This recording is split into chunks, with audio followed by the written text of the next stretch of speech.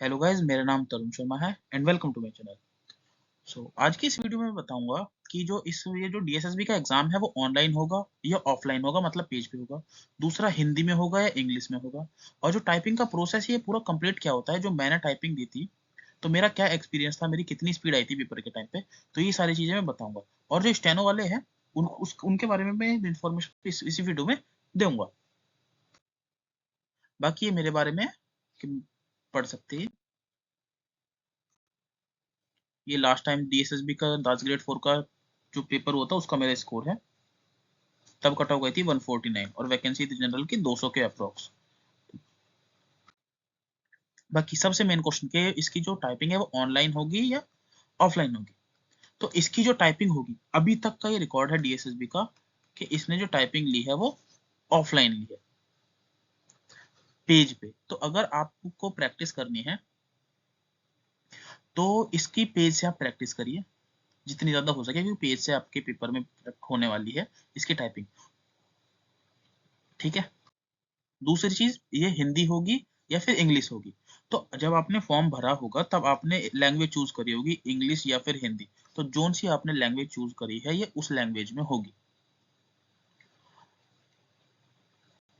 और दूसरा कि ये जो टाइपिंग है ये कितने टाइम बाद होती है। तो वो ऑलमोस्ट 1 से 1.5 महीने के अंदर टाइपिंग हो जाती है। तो अगर आपको बिल्कुल भी जीरो है, मान लो आप टाइपिंग के अंदर, और तो आप ना अभी से स्टार्ट कर दो। एटलीस्ट अगर आप तो 30 मिनट तो डेली करो। मतलब अब अगर आपके घर में 40 आ रही है ना, तब आपका पेपर पास होगा, ये याद रखना। बहुत से, मतलब ये मान लो अगर 100 बच्चे पेपर देते हैं, टाइपिंग देते हैं, तो उसमें से 30 से 40 तो आराम से टाइपिंग में फेल हो जाते हैं, मतलब उनकी पढ़ाई धरी की धरी रह जाती है। तो 30 मिनट डेली टाइपिंग के दो, मैं ये कहूंगा आपको। दूसरा, मेरा टाइपिंग एक्सपीरियंस, जैसे कि जो मेरा एग्जाम हो गया था फिर रिजल्ट आ गया, उसके ऑलमोस्ट 1.5 महीने बाद टाइपिंग हो गई थी। तो जो हमारी टाइपिंग थी वो जनवरी के आसपास थी, उस टाइम बहुत सर्दी हो रही थी। तो जैसे ही हमारी एंट्री होती है वो हमारी चेकिंग करते हैं और एक दो जो लिखवाते हैं, थंब इम्प्रेशन, फोटो वगैरह, ये सारी चीज खींचती है। फिर उसके बाद ये रूम में ले जाते हैं। वहाँ पे बहुत सारे कंप्यूटर होते हैं और वो पूरी की पूरी इंस्ट्रक्शंस देंगे कि क्या करना है आपको, कब टाइपिंग कर स्टार्ट करनी है, वो सब बताएंगे। उसकी आप टेंशन मत लो। फिर उसके बाद एक पेज देते हैं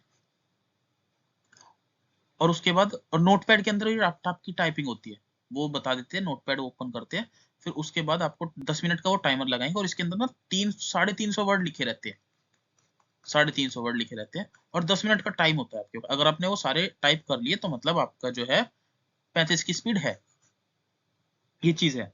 और बाकी दोबारा टाइप करना है नहीं करना है, वो सारा का सारा कुछ आपको इंस्ट्रक्शन वहां दी जाएगी। तो जो वो बोले वैसा फॉलो करना। और दूसरी बात, हमारे वाले जो पैसेज था ना उसके अंदर बहुत सी स्पेलिंग उन्होंने खुद ही गलत कर रखी थी। जैसे पैराग्राफ, जैसे गवर्नमेंट में, मतलब खुद ही स्पेलिंग उन्होंने गलत ही कर रखी थी, कहीं पे कुछ कॉमा डाल रखा था। तो उन्होंने बोला था जैसा है एज इट इज ही टाइप करना है, हमें इसके अंदर कोई सुधार नहीं करना है। तो आप, ये मैंने आपको बता दिया। और बाकी जो मेरी टाइपिंग स्पीड आई थी डीएसएसबी के अंदर वो ऑलमोस्ट 46 आई थी। तो ये था। और बाकी जो स्टेनो वाले बच्चे उनको मैं बता देता हूँ स्टेनो के अंदर क्या होगा।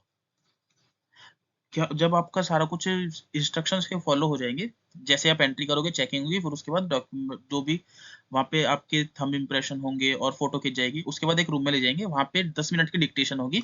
और ऑडियो में नहीं, मतलब स्पीकर नहीं लगे होते, एक मैडम या सर होते हैं वो डिक्टेट करते हैं। फिर जैसे ही 10 मिनट ओवर हो जाएंगे आपके डिक्टेशन के, आपसे जो आपको जो नोट पैड है वो छीन लिए जाएंगे, वो अपने पास रख लेंगे। फिर आपको दूसरे रूम के अंदर ले जाया जाएगा और नोट पैड, जो कंप्यूटर है वो ऑन कर देंगे और आपको रजिस्टर जो आपने नोटपैड में नोट किया होगा वो दे देंगे। और वो आपको पढ़ने का टाइम नहीं देंगे, जो 10 मिनट एसएससी के अंदर मिलते हैं वो आपको नहीं मिलेंगे, ये याद रखना। तो टाइमिंग नहीं मिलेगी और फिर उसके बाद वो सीधे आप बस टाइमिंग स्टार्ट कर देंगे कि ना योर टाइम स्टार्ट नाउ, और अब बस आपको जो 50 मिनट मिलेंगे आपको इसके अंदर टाइप करने पड़ेंगे। बाकी इसका जो मैटर आता है वो ऑलमोस्ट जनरल मैटर ही होता है। जनरल मैटर भी आ सकता है और प्रेसिडेंट भी आ सकता है। तो इन दोनों की अच्छे तरीके से प्रैक्टिस कर लेना।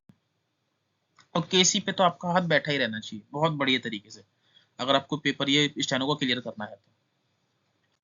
बाकी आपके कोई भी डाउट हो तो आप टेलीग्राम चैनल जो है, टेलीग्राम ग्रुप ज्वाइन कर लो, वहाँ पे डाउट पूछ सकते हैं।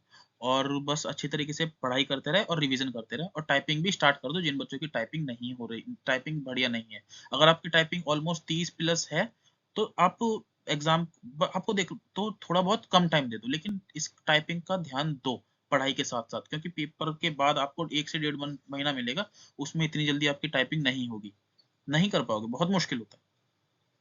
करने वाले करते हैं, लेकिन फिर भी आप अभी से टाइपिंग करना स्टार्ट कर दो।